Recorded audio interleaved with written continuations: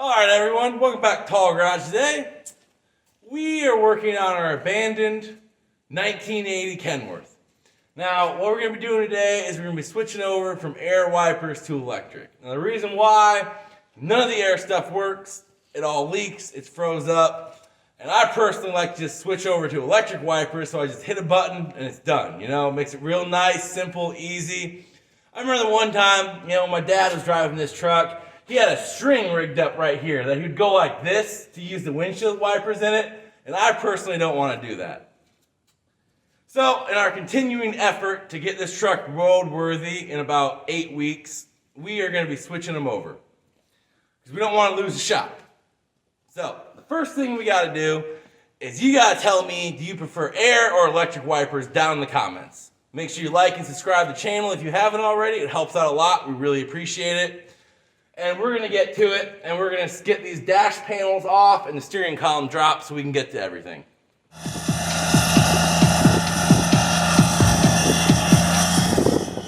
Alright, to get us started on this project, we got a hold of Dirks and got us a hold of a W900A model electric wiper conversion kit from Dirks. Nice high quality product. I used a couple of them on Peterbilt before, had no issues, worked flawlessly.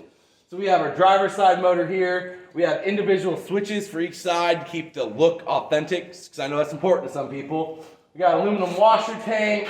We have new windshield wiper arms, blades, hoses to make the windshield washer work, because as a steering wheel holder, that's very important for me is to have working windshield wipers. I really hate having to open the wind glass and shove a bottle of water out there and turn my windshield wipers on.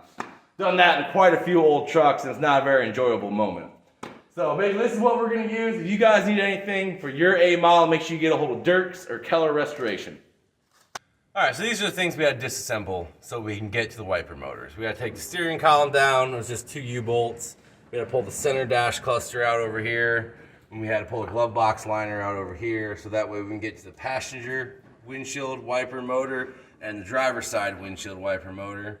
And then we can also get to the wiper control switches right here to put the new ones in.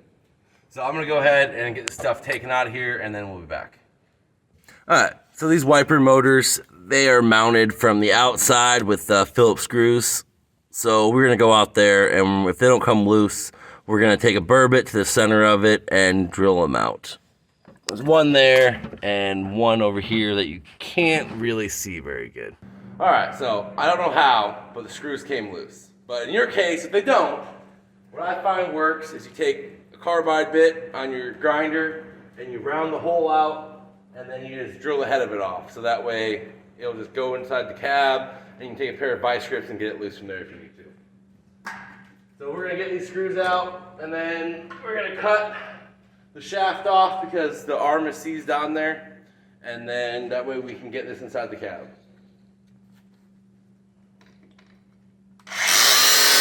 Alright, so once you have your wiper motors out, you need to get a 3/4 inch drill bit and enlarge the shaft hole for the new wiper motor. So make sure you go slow, slow and steady wins the race.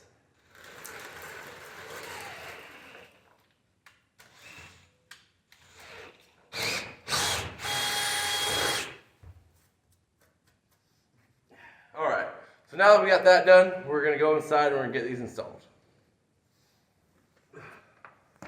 Alright, so we're going to slide this motor in here. Sometimes you have to clearance the factory hucks if they didn't shear off all the way. But on this one, it looks like we're in luck and we don't have to do that. So all we got to do is go out there and put the new hardware on it.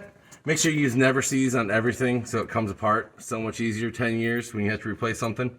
And we're going to get to the passenger side next.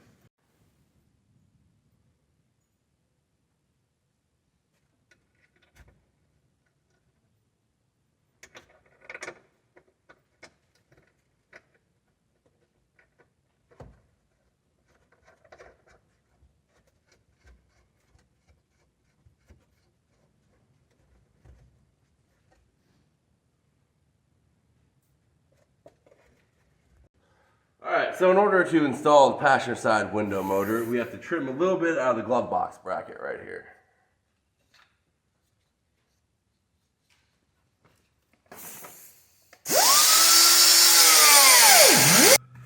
Alright, so we got our switches installed, and that had to be the worst part of this whole operation. So then we're gonna get everything buttoned up and test it out. Alright, so we're finishing up our electric wipers on our rare, abandoned W900A model. And finishing up the electrical on it. So we added in a fuse panel down there. It's a 150 amp fuse panel wired directly to the battery with a 150 amp breaker. That's how I like to do it, because I add a lot of electronics into the truck so that we don't gotta rely on the factory harness. What we had to do down here is we had to clearance a little bit of the Glovebox liner to fit the windshield wiper motor in there. It's about 1.25 inches out, about 4 inches back. So as you can see, the windshield wiper motors, works pretty good. The only thing I wish is that they were a center stop, but we're gonna figure that out later on down the road. So I want to say appreciate you guys watching Tall Garage. If you have any comments or questions, you can leave them down below, and you guys have a good one, because we are finishing up the wipers on our W900A model.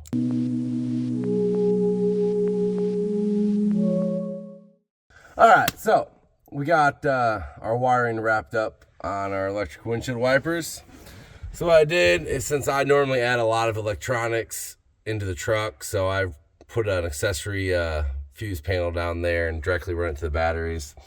All you gotta do is just run 2 power wires. I use 15 amp fuses to each electric motor, and then if you do a good job, it'll show something like that. So if you guys have any questions, comments, just leave them down below. Appreciate it for you watching. Have a good one.